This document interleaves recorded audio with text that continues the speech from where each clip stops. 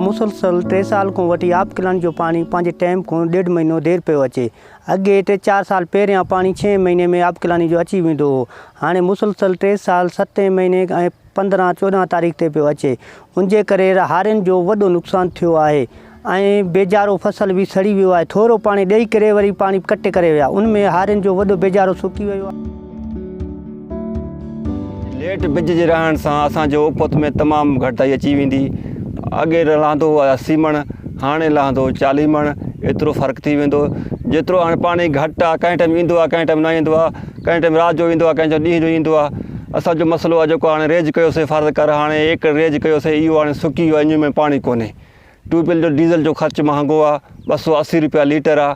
हाणे डिगी हलायूं, हिन में सॼो ॾींहुं हिकिड़ो ॿारो भरे जरे भरे। हाणे हिन में गाह ॼाई ईंदो हर मारू में, पोइ वञी हिन खे वरी दुबारा रेज कयूं, डबल डीज़ल डबल ख़र्चो। असल में जेको पाणी जो घटि वाक़ई आहे, उहो त मौसमियाती तब्दीली जे करे थिए थो। ऐं वॾो जेको असां में ख़ाल आहे पाणी जो, उहो इरिगेशन निज़ाम जेको आहे असांजो पुराणो थी वियो आहे। उनमें वॾो वजह जेको असांजो जेको आहे इरिगेशन निज़ाम खे ख़राबियूं जेके पैदा थियूं आहिनि। उनमां बाद जेके पुराणो भुट्टे साहिब जे दौर खां पोइ इरिगेशन खे जेको आहे हिननि बिल्कुलु उन ते कमु नाहे कयो। कैनाल्स जेके आहिनि उहे लटिजी विया आहिनि। जेके पाणी जो वाकिरो आहे जो उहो नथो रहे। ॿी ॻाल्हि जेको आहे पाणी जो जेको उहो मुनसिफ़ाना तरीक़ो न आहे पाणी खे जेको आहे डिस्ट्रीब्यूट करण जो, उहो पुराणे निज़ाम ते हलाइनि था।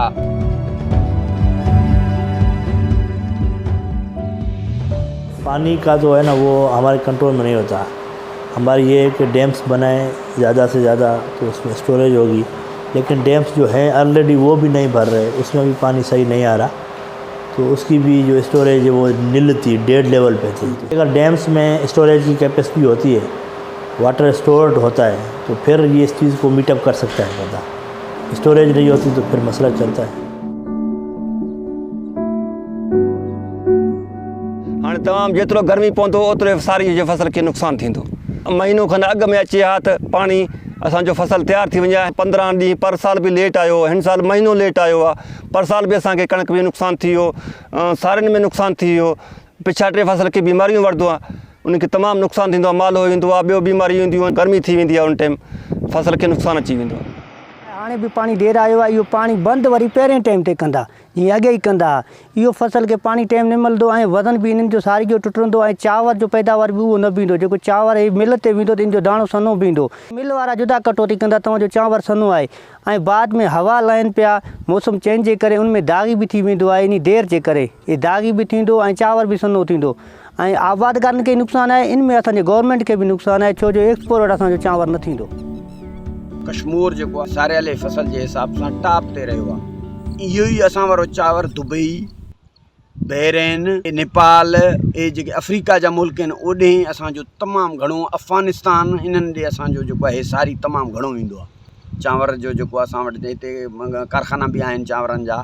इहे सभु परेशानी में अची वेंदा, मतिलबु मज़दूर तबिको बि इन में परेशान। असां वटि हिते मुंहिंजे ख़्याल में 35 खां 40 जेको आहे छड़ो असां वटि राइस मिल आहिनि जेको इन सनत ते हलनि था, जंहिंजे लाइ हुकूमत वक़्त खे असांजी अपील आहे इन ते को गहरो सोच रखे, ताकि अॻिते हली इहे मसला हुकूमत वक़्त के ना अचनि।